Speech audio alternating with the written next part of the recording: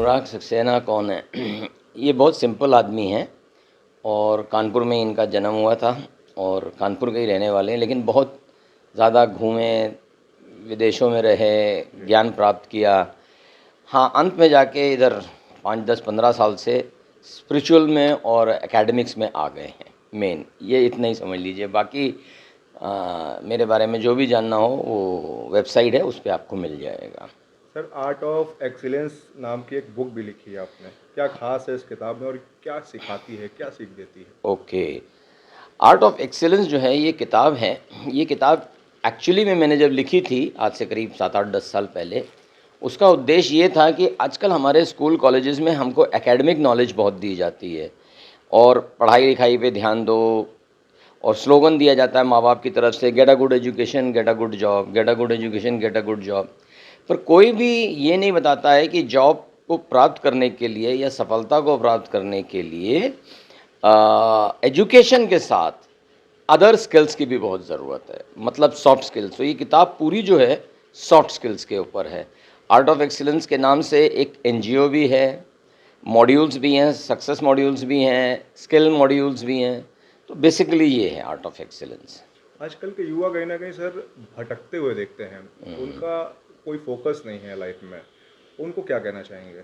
अच्छा, ये सवाल मेरे पास आज से करीब 40-45 साल पहले आया था। मैं ही जब परेशान था तो उस वक़्त मुझे जो मेरे गुरुओं ने कहा था कि एक तो अपने ऊपर काफ़ी पढ़ाई लिखाई पे ध्यान दो, प्लस एक मेंटोर को ढूंढो। क्योंकि ये कहावत है इंग्लिश में कि a man is wise by 3 things. The first is by experience, the second is by wisdom, and the third is by advice. तो आप अगर किसी को मेंटोर मानते हैं तो जो उस रास्ते पे ऑलरेडी सक्सेसफुल हो चुका है, उससे अगर आप उसको मेंटोर मानते हैं और उससे गाइडेंस लेंगे तो आपको बहुत फ़ायदा होगा। क्योंकि अपने आप कोई रास्ता बनाएंगे आप और उसमें गिर भी सकते हैं, सफल भी हो सकते हैं, पहुंच भी सकते हैं, नहीं भी पहुंच सकते हैं। लेकिन अगर मेंटोर होगा तो आपको बहुत फ़ायदा होगा। तो जहाँ तक हो सके किसी एक काबिल मेंटोर को ढूंढिए, उसकी गाइडेंस में आप काम करिए। सफलता की गारंटी कितनी होती है? सफलता की गारंटी तो टू बी वेरी फ्रैंक मैंने एक कॉन्सेप्ट है काश, उसमें 4 चीज़ें आती हैं। KASH। के से आता है नॉलेज, एस से आता है स्किल्स, और ए से आता है एटीट्यूड, और एच से आता है हैबिट। यानी कि 4 चीज़ें अगर आपके पास हैं किसी भी चीज़ को लेके, पढ़ाई लिखाई, नौकरी, बिजनेस, पैसा, खेल कूद, पॉलिटिक्स, एनीथिंग, ये 4 चीज़ें हैं, नॉलेज है, एटीट्यूड है, स्किल्स है और हैबिट है, तो यकीन मानिए आपको उसमें 99.9% सफलता मिलेगी। 0.1% मैं गॉड के ऊपर छोड़ता हूँ, क्योंकि डेस्टिनी का बहुत इंपॉर्टेंट रोल होता है। मैं हमेशा कहता हूँ कि जो लोग एक्सीलेंट हैं, अगर उनको सफलता नहीं मिली है तो इससे ये साबित नहीं होता है कि वो एक्सीलेंट नहीं है। एक्सीलेंट तो वो फिर भी हैं। तो सफलता नहीं मिली, उसका कारण है कि डेस्टिनी ने अपना रोल प्ले करना होता है।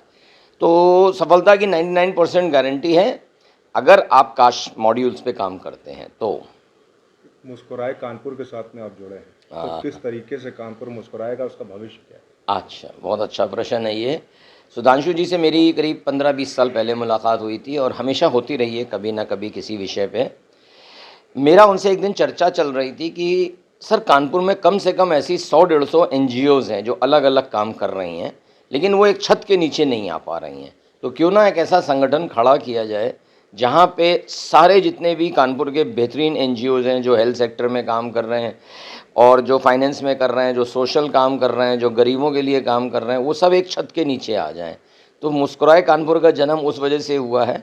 अभी 3 महीने हुए हैं, लेकिन ये मेरे ख्याल से आने वाले 1 साल में बहुत बड़ा वृक्ष बन जाएगा। ये आरएसएस से भी आपका जुड़ाव है, तो ये जुड़ाव कब से हुआ? ये कब से हुआ? ये एक्चुअली मैं आरएसएस में 3rd जनरेशन से हूँ। दादाजी खाकी निक्कर पहन के जाया करते थे शाखा में, पिताजी भी जाते थे, लेकिन मेरे साथ ये हुआ कि मैं विदेश चला गया, फॉरेन कंट्रीज़ रहा और बाहर कानपुर के बाहर रहा। अब मैं इधर 4-5 साल से कानपुर में हूँ। तो संघ से मैं नहीं उतना समय दे पाता था और संघ में के लिए आपको शाखा में आना ज़रूरी है। तो इधर 5 साल पहले जब मैंने तय किया कि शाखा में जाना शुरू किया और संघ को अब समय दें, तो जो मेरे वरिष्ठ स्वयंसेवक थे उन्होंने कहा कि अनुराग, एक इसमें विभाग होता है जिसे बौद्धिकी कहते हैं, जिसको इंटेलेक्चुअल्स कोर्सेज होते हैं, उसमें उसको तुम थोड़ा पढ़ो। तो मैंने संघ पर कम से कम 30-40 किताबें पढ़ी और उसके बाद उन्होंने कहा कि संघ का जितना भी लिटरेचर है वो अमूमन हिंदी में होता है, और सही बात भी है। लेकिन आज चूँकि जो युवा है वो इंग्लिश में के प्रति बहुत सीरियस है, तो इंग्लिश में एक किताब लिखो। तो मैंने एक किताब लिखी, डीमिस्टिफिकेशन ऑफ आरएसएस, यानी कि जो आरएसएस के बारे में भ्रांति दुनिया भर के लोगों को है वो दूर हो जाए। मैं ये नहीं कहता हूँ इस किताब को पढ़ने के बाद वो हो जाएगी। संघ एक अनुशासन है, और संघ में मैं थर्ड जनरेशन हूँ, यानी कि मेरे ब्लड में ही नहीं डीएनए में ही है। तो इस तरीके से मैं संघ में हूँ और एक ऑर्डिनरी स्वयं सेवक हूँ, पर कुछ दायित्व मिले हुए हैं जिनको मैं निर्वाह करता हूँ। ये दोनों बुकें अगर कोई लेना चाहता तो फिर कैसे ले? ये बहुत अच्छा प्रश्न किया। ये बुकें दोनों किताबें कहीं भी स्टॉल, किसी दुकान, अमेज़न, फ्लिपकार्ट कहीं नहीं मिलेंगी आपको, क्योंकि ये मेरे गुरु ने कहा था कि किताब बेची अगर आपने तो वो अच्छी बात नहीं है। क्योंकि ये किताब मैं खुद छपवाता हूँ अपने पैसों से, और अभी तक आर्ट ऑफ एक्सीलेंस की करीब 15,000 किताबें मैं बांट चुका हूँ, और डिमिस्टिफिकेशन ऑफ आरएसएस की मैं करीब 500 किताबें अभी बांट चुका हूँ। ये मैं बांटता हूँ, बेचता नहीं हूँ किसी को भी। जब भी जहाँ मुझे अच्छा लगता है कि स्कूल कॉलेजेस में जब मैं लेक्चर्स देता हूँ, उसके बाद मुझे जो भी अच्छे छात्र मिलते हैं उनको मैं ये दे देता हूँ किताब। बेचता नहीं हूँ, इसलिए कहीं नहीं मिलेगी आपको। जब आप चाहें मुझसे ले सकते हैं जी। भटके हुए युवाओं को क्या संदेश देना चाहते हैं चलते चलते?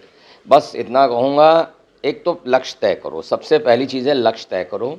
दूसरी बात, पेशेंस खूब दिखाओ। अगर तुम्हारे अंदर पेशेंस नहीं है, क्योंकि कभी कभी गॉड ने एक टाइम फिक्स कर रखा है जब आपको सक्सेस मिलेगी, और वो उसी वक्त मिलती है। वेट कर सको तो करो, और अगर तुम सक्सेस के पीछे भागोगे तो वो और तुमसे दूर होती जाएगी। तो आई वुड से कि vision should be very clear and patience should be there. बस ये दो चीज़ें रखो, बाकी तो मेहनत तो है ही अपनी जगह। तो इतना ही मैं कहूँगा। यस, एंड में कि बस फाइंड अ मेंटोर, अगर एक मेंटोर मिल जाए तो उनके साथ काम करो।